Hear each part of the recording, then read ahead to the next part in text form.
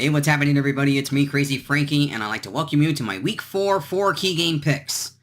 Before we get into Week number 4, I don't even know where to begin of the madness that went on in Week 3. And I totally mean, wow. I don't think I've ever seen an NFL week where it was gone so crazy.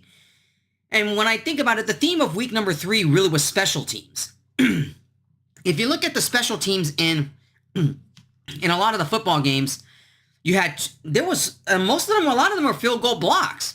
2 of them, which occurred in the Rams-Eagles game, one of them occurred in the Green Bay and Browns game, and also one that happened in the New York Jets and Buccaneers game. Also, you had a punt return for a touchdown in Seattle.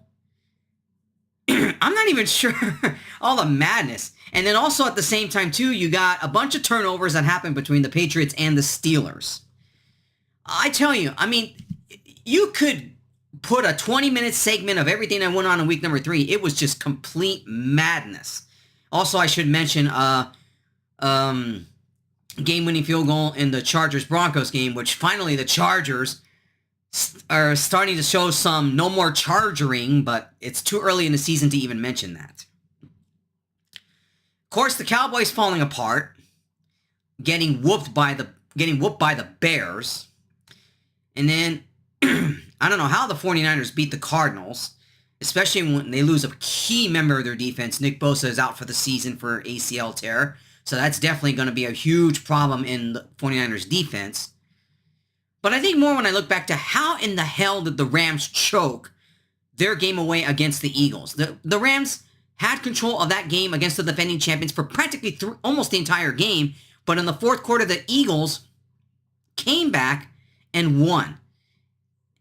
And you got to wonder now, a lot of us were praising the Rams during that game to say maybe the Rams found the Eagles' vulnerabilities, and maybe the Rams now could really be more of the threat to the Eagles than maybe say the Packers. Because look, the Packers, I don't know how they mustered only 10 points given their supposed good defense, and their offense really struggled a lot. And especially that, they didn't have their key offensive tackle, which really caused a lot of problems for Jordan Love as he was sacked about 4 or 5 times in that game. Hard to really say now who is really the clear-cut favorite now in the NFC, let alone maybe in the AFC as well as the entire NFL. I mean, you look to the Monday night game. The Detroit Lions basically beat up the Ravens, even though the score didn't indicate it because the Lions only won by 8 points. But they really just basically pounded the Ravens in that game. And Derrick Henry for 3 games already has already fumbled once in all those 3 games, and 2 of them were crucial to the reason why they lost. It's tough to say right now who really is now the clear-cut favorite in the NFL. And of course, the defending AFC champions finally getting back on track with a win against the Giants. Well, the Giants are a terrible team. They're really bad. It's bad enough they have to go to Dart now, as I just read before the time of this video, that they bench Russell Wilson, and now Dart's going to get the start. So it was a wild Week 3. Definitely a week that probably haven't been this pure insanity probably in years. Anyways, let's get into Week number 4 now. Let's begin with key game number 1, and that is the Colts versus the Rams. The Rams are a 3.5 point favorite here, and that probably will go to 3, maybe 2.5. We'll see. Daniel Jones, 18 of 25, 228 yards, 1 touchdown, no interceptions, and a massive big victory they had last week.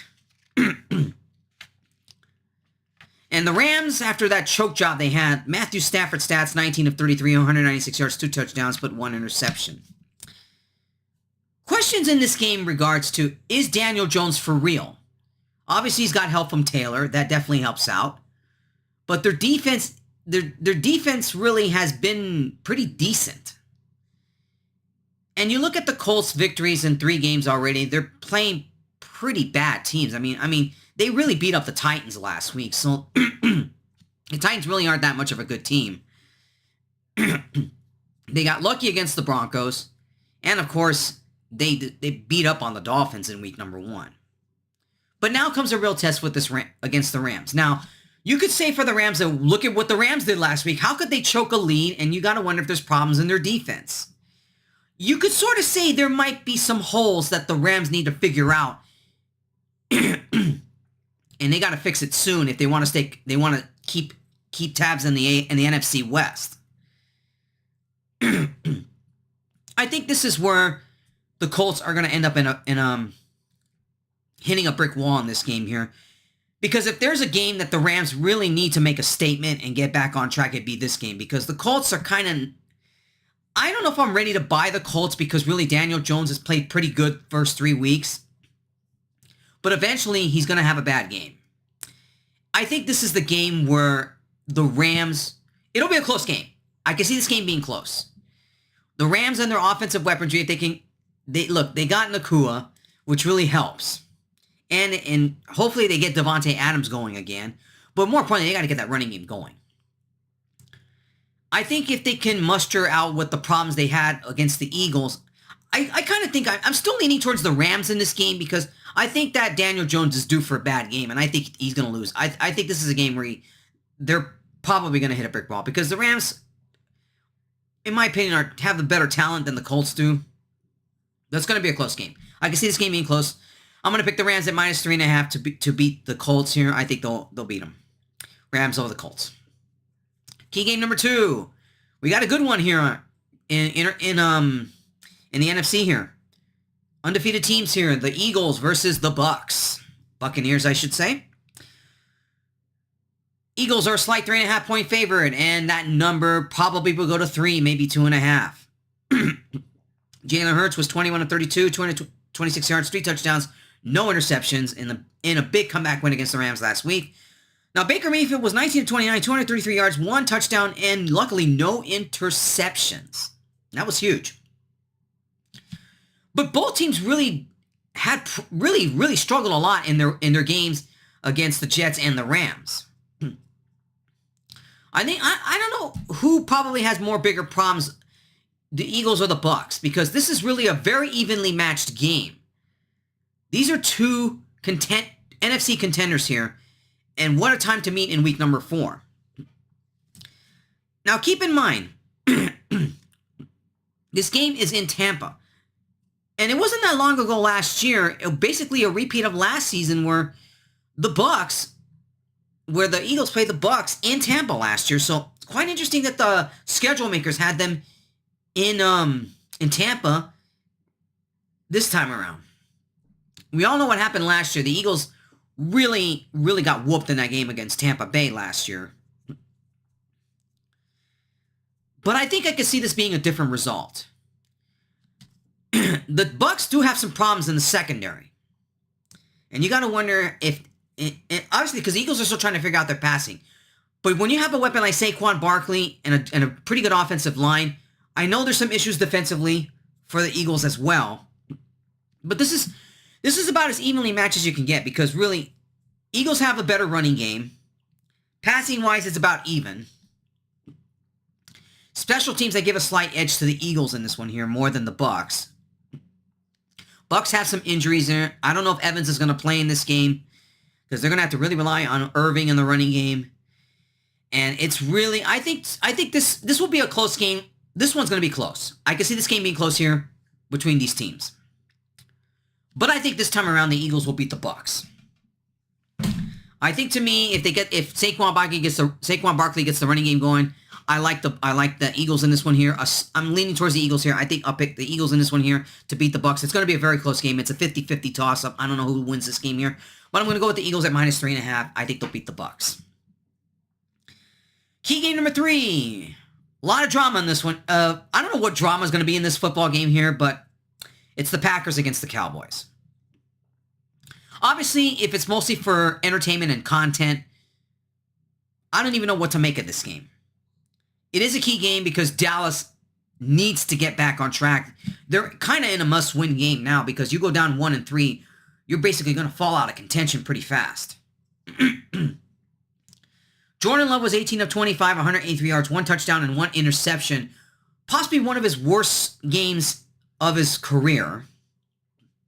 Because That interception really was costly last week against the Browns, which caused the Browns to tie the game, and then their special teams took over, and then they ended up winning on a field goal. Prescott was 31 of 40 for the Cowboys, 251 yards, 1 touchdown, but 2 interceptions. Big question marks because a lot of question marks in terms of injury-wise. I know the Eagles. I know I should say the Packers. Sorry about that. You have to forgive me. My voice is kind of cracking up a little bit. I don't know if I'm getting sick or not, but I'm trying to muster through it here. One of their offensive tackles, I forgot his name. I don't know if he's going to be playing in this game as well because he was going to. He missed last week's game, which was really crucial against the Browns, and that's why the Browns ended up pulling off the upset here because their offensive line didn't have a stronghold to protect Jordan Love. But there are also question marks on the Cowboys side. CeeDee Lamb was hurt in the game against the Bears. So that's going to be a huge question mark in terms of their offense. Obviously, a lot of it's a storyline because of Michael Parsons, because he got traded to Green Bay. And a lot of it is basically, you got the Packer fans going, thank you, Jerry, and all that. This game's basically show fodder. Come on. And you would think that this is the Sunday night game. This is basically TV ratings and drama here. I mean, let's be real. The Packers are a way better team than the Cowboys are. And I'm picking the Packers in this one at -6.5. They are a 6.5-point favorite, and that is clearly right on the money. The Cowboys' defense is bad. It's really bad. And the only reason why I talk about this game is because the Cowboys, if you're a Cowboys fan here, this is a game you have to win, and it couldn't come to have the worst opponent to really get things back on track when really you would have had an opportunity to beat the Bears last week, but somehow the Bears finally decided to play football. And now you got a Packers team that's coming in definitely out for blood and some sort of a ways to basically out for a fight, because looking like, they could use the Cowboys as a punching bag here, because let's be real, the Cowboys aren't that good. I'm picking the Packers at -6.5. They'll get back on track for sure. I will be shocked if this game is close. The Packers should win this by probably 10 or maybe 13 or something. I don't think this game will be close. I would be shocked if it is. But I think the Packers are the best. Look, the Packers are clearly the better team in this one here, and I'm going to pick the Packers at -6.5 to beat the Cowboys. And finally, key game number 4 is the Ravens versus the Chiefs. Given their records right now, both teams are at 1-2, and both of them are in must-win games. I know the Chiefs were in a must-win game last week because they were 0-2, in danger of going to 0-3, but they picked the right opponent. They got the right opponent to get back on track in the Giants. And of course, for the Ravens, they're trying to get back on track after basically getting punched in the mouth by the Lions. Lamar Jackson was 21 of 27, 250 yards, 3 touchdowns, no interceptions, and a bad loss to the Lions. Mahomes was 22 of 37, 224 yards, 1 touchdown, no interceptions in kind of a sloppy game they played against the Giants, but it was clearly enough to beat them. This really should have been a really marquee matchup here. But obviously, both teams are basically facing a must-win, in all honesty, because both teams are 1-2, and obviously, their schedules are not going to get any easier for both these two teams down the road. The Ravens are actually favored in this game by 2.5. That number is probably going to go to 2, maybe 1.5. This is a 50-50 toss-up on who wins this game. The Ravens are dealing with injuries big time in defensive-wise. I don't know if they'll get most of their players back for this game. On KC's side, I don't know if Xavier Worthy's going to be back because he's still dealing with he didn't play last week, which they thought they would have gotten him back against the Giants, but I think it's a possibility he'll play in this game against the Ravens. I really don't know. But really right now, they need Rice as well because he's still in suspension and they need him badly at wide receiver. Tough game to pick here because both teams are pretty even in terms of their talent-wise and what they currently have at the moment. But I'm going to pick the Chiefs here. I think the Chiefs and the running game with Pacheco, I think will be huge, especially with Kareem Hunt. They get it going here. They get the run game going. That Baltimore defense is going to have problems all game long. This game will be close. And I expect Derrick Henry to have a much better game. But I'm picking the Chiefs here. I think the Chiefs find a way to beat the Ravens here. And I'm going to go with the Chiefs in this one at +2.5. All right, everybody, that wraps up my 4 key game picks for week number 4. Please check the description below for all of my week 4 picks.